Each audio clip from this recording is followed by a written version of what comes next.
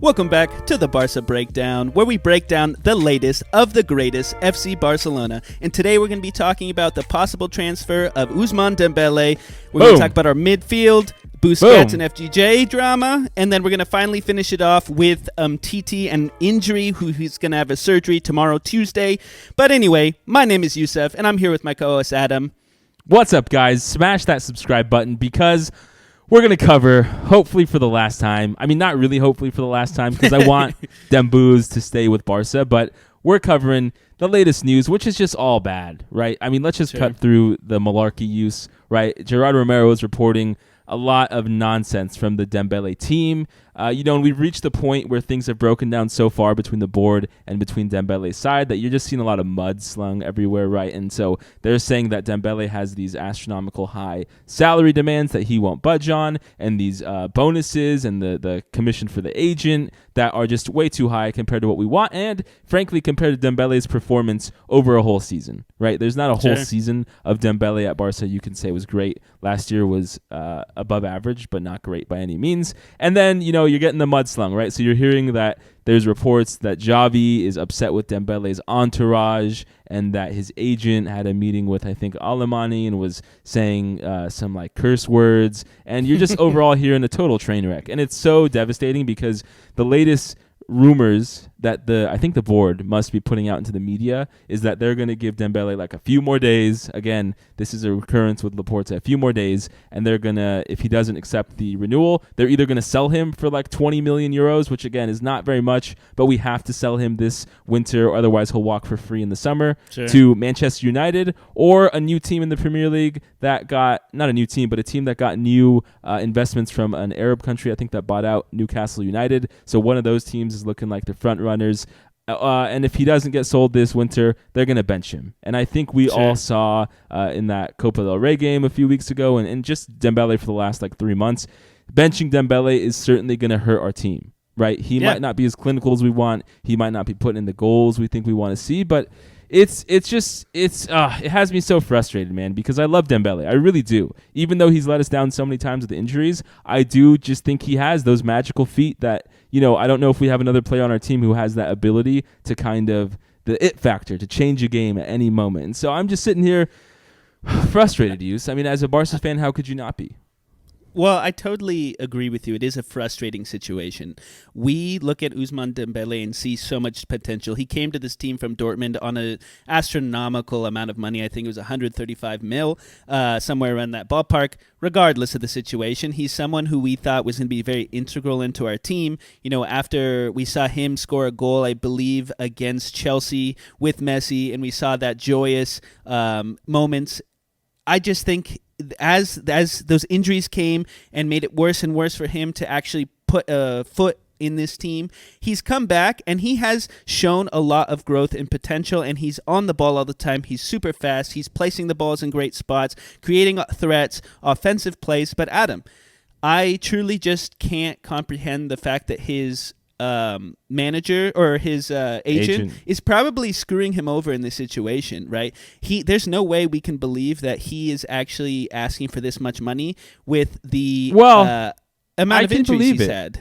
Because I think if you take a look at it, right, and you think about a player who's been injured so much, you want to secure the bag, right? Like you want that money because you're not sure when you're going to get injured next, right? Let's say he re-signs for only 1 year under the wage structure that Barca want, and then he hurts his hamstring again, and then he's left, for 8 months on the sideline. He comes back the summer after, and he can't get a team to sign him. So, but I think there's a liability there, though. I think he's already proven to be that liability over this signing over the last few years. He's 24 years old. I think we got him about 20 years old. And you're right. There's a liability for the team, but I'm talking from the player's perspective and his agent, right? And of course, you're going to want to try and get the highest bidder and the most amount of guaranteed money, especially if you know that you have a body that's let you down in the past. Sure. What I mean to say here is that both people have liabilities, and I think the fact that he has been injured for so long over these last few years is his leverage has shrunk a little bit, and I think he's still asking for too much here. especially in the current state of Barcelona. He knows the situation. Titi just took that pay cut very recently so he could sign for Ferran Torres.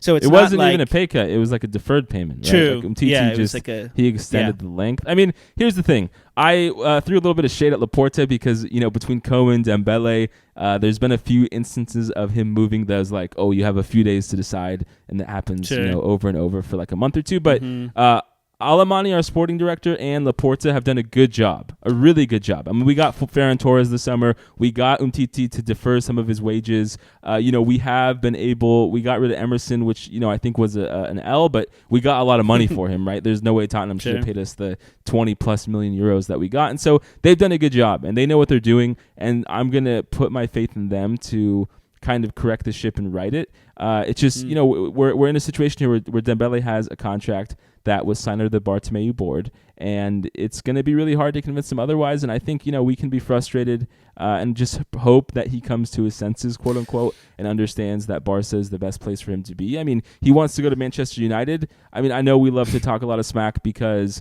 they're doing bad. They lost twice to us in the Champions League final. Newcastle United is kind of an upstart club. I mean, even when Manchester City got the money from their Arab investors, it took them like 4 to 6 years to get up to the level of like challenging for titles. And so Newcastle United, I imagine, will take a few years, even with all that money, to get things right. And so Barca, I think, is his best place. It's just a matter of him wanting too much money. And I hope what we're seeing is like a game of brinksmanship, where once we get closer to his level but not all the way there, he'll give a little bit and we'll find a way to make both sides happy, because I want to see Dembele with Fati, with Ferran Torres, with Pedri, with Xavi. I want to see that whole crew play this year and next season and the season after, and I want to see them grow together and have us come back from the low point we're in now to try and win a La Liga, make a Champions League semis, make the finals. That's what I want to see. Sure, Laporta might be playing a game here, right? If he is able to offload Dembele for 20 million to Newcastle, Manchester United, or any other team willing to pay his high wages or his release clause, and I think that's even a discount at that point. They may be playing the long ball for Haaland, right? There's so much discussion, and I even saw video on Instagram today. He was saying Haaland practicing his Spanish, and he was saying "Que paso" or something, and I'm like, oh my god, they're really hyping this up. But 20 million euros to go towards Haaland would be a really great thing for Barcelona if Dembele was just like, hey, I'm not signing to taking that low wage. Mm-hmm. What? 20 million is a drop in the bucket, right? Like, and if we did sell him, it wouldn't be part of his wages. They would take his full wages, right? If you sell him, it wouldn't be a loan because we're not going to loan him for 6 months. I just, I think it's all wishful thinking. I think all we can do is just kind of wait for it to play out. I mean, I'm not going to jump on the Dembu's hate train and say we need to bench him. Oh, because yeah, I think that's definitely going to hurt us. But that's a minority opinion, dude. A lot of people talk FCB, all over Twitter. You see a bunch of different people out there really hating on Dembele. And I kind of always sympathize more with the player, even as a, of course, partisan fan of the club. Like, I always understand. Except Alej. I understood where he's coming from. Like, that's the thing, is you can understand where Aleix and Dembele are coming from selfishly as people who want to make the most money from their employer. I do the same thing. You says the same thing. But it's just, when it comes at the cost of their future, that, we think is stupid, right? Like, Aleix has hardly played for RB Leipzig and is not having that same trajectory he would have had with us. But let's move on, because we're talking about Aleix, a midfielder, right? And since he's left, we've had Xavi and Nico come up. And what we saw, especially in the game in the Supercopa against Real Madrid, we saw Sergio Busquets look old, right? Of course, Sergio Busquets is a legend. No one take out the pitchforks that we're hating on him, but he's looking old. And against teams that have quick wingers, there always seems to be a huge gulf between the central defensive midfielder, Busquets, and the center backs. And you see him exposed, holding onto the ball too long. Some really obvious plays against Real Madrid that really make you think, okay, Busquets is not the guy we need to start every game. Starting some games, sure. Every game, probably not. And so I think the natural progression from that thought, and I think Ronald Juan on Twitter tagged us in a little poll he did, is who would you have as the starting three for the rest of the season?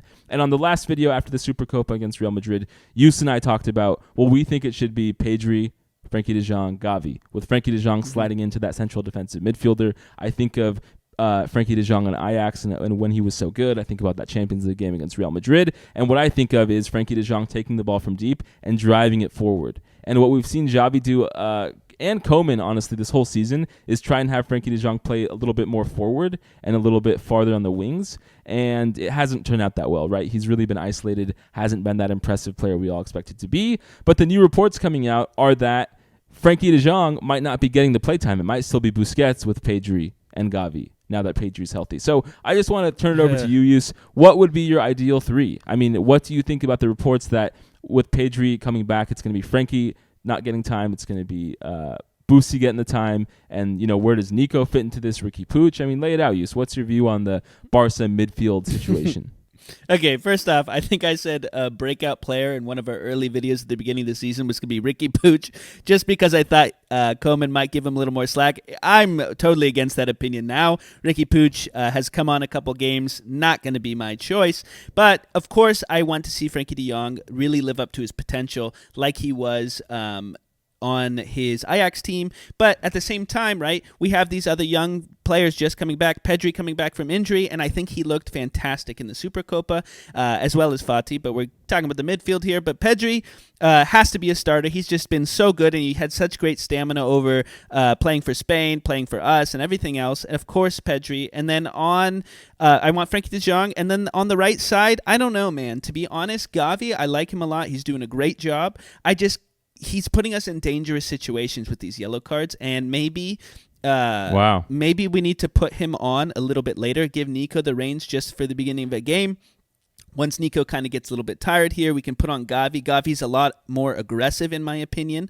And so if we can put him on maybe around the 60th minute, and let's say we're draw 1-1 at the time, or even if we're down, I think Xavi has that potential to bully some of these players. He's kind of a stocky guy. He's good, well-centered, and is able to fight people off the ball. So I think the problem is he just gets in foul trouble too early. So maybe use him as a little bit later until he kind of improves on those foulings, as well as maybe interchange whether Nico or Xavi start in certain games.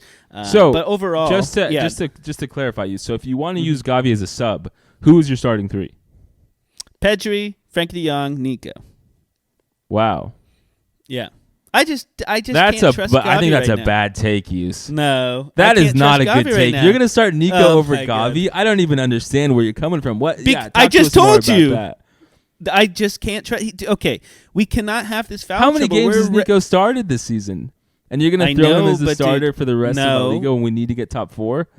Okay, Xavi said this is a meritocracy. If Xavi is fouling too much and making bad fouls, he got 2 yellows and got ejected with a red card, dude. We can't have that, where our defense is already crumbling. If he's going to leave Busquets in, let's just assume, and I'm saying Xavi, Pedri, Busquets, if Gavi's getting these yellow cards and possible ejection, he's not going to play aggressive. He's going to allow the defense to be lackadaisical, allow fast teams like Real Madrid to counter us all the time because he can't aggressively play on the ball. I'm just worried about our defense at this time. If we can bolster our defense and make sure, and I think it has been over slowly. PK's looking a lot better. We have Araujo looking really good always, to be honest. And then Alba's kind of weak, obviously. But again, I'm just re-emphasizing that our defense at this time is a little rusty and shaky, and I think Gavi's hurting just a little bit too much in certain areas in certain games, especially when we're fighting for that 4th spot at him. We're so close, and we could have tasted it. We would have passed up Real Betis, but we unfortunately missed it and drew that game. Okay, so what's yours? You're going to throw some shade at my opinion. Yeah, I mean, I think that's the bad take. I mean, I think you're really overestimating. Like, okay, Xavi had a really bad red card, right? And he's had some yellows, but he hasn't been taken out of a game besides that Supercopa game, right? And so sure. I feel like you're just using recency bias to clout your judgment when Xavi has been a stellar performer this season. I think Pedri, we all saw him back in that Supercopa, and he looked amazing. And I think there's no question about it that Pedri needs to be a starter. And then I think, we try Frenkie de Jong as the pivot. Nico actually might fit in there too, but with Xavi and with Pedri. But I think my favorite midfield is going to be Pedri, Frenkie de Jong, and Xavi. That's what I want to see. I think you're misinterpreting my favorite or my preferred choice. I'm just saying at this time, I feel like he is kind of giving us a worse performance. Sure, but you made your favorite 3 known, which was Pedri, Nico, and anyway, Frenkie de Jong. I think there's a difference between favorite and preferred. as in the current standard, and favorite what I would love to see when everybody is perfect.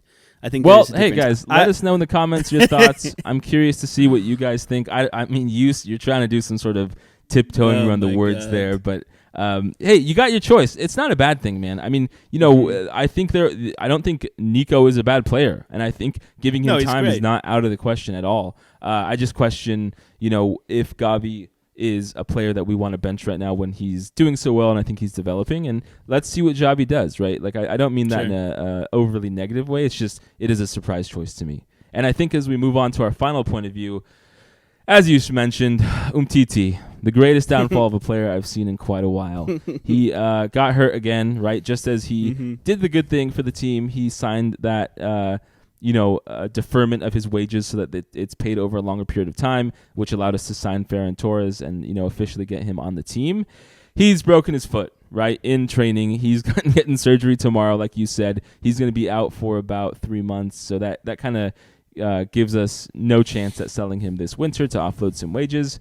And I don't know what else you can say, Yus. I mean, any other takes besides this is just awful luck. We hope Umtiti gets healthy. We never cheer for anyone to get hurt. And I think a lot of people have a very negative Umtiti view. I mean, I don't know. I mean, sure, he did go, with the France team's advice to play on that bad knee in that World Cup. I think any of us would make the same choice for our country. And he's been hurt since. And so, I'm frustrated that the Bartomeu board paid him so much, but I can't have any hate or negativity towards Umtiti.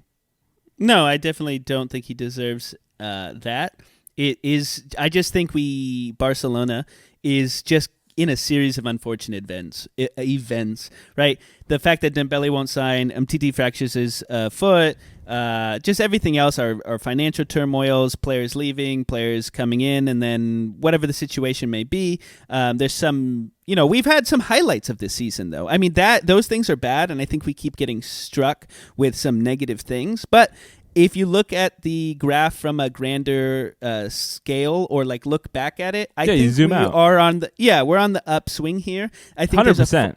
Yeah. I mean, so I'm not going to go think negative. About what we talked about, right? We got Ferran Torres. We're having an issue choosing a midfield because we have a good amount of options that sparks healthy debate between you and I. We have Braithwaite coming back. We have Ansu Fati coming back, right? He just scored almost twice against Real Madrid, scored once. I mean, there's only good things to look forward to. And what we need to do is kind of put the Supercopa behind us and get this big Copa del Rey game against, I think, Bilbao on Thursday. So we win, and we will talk to you guys then. Hit that subscribe button. Thank you guys so much.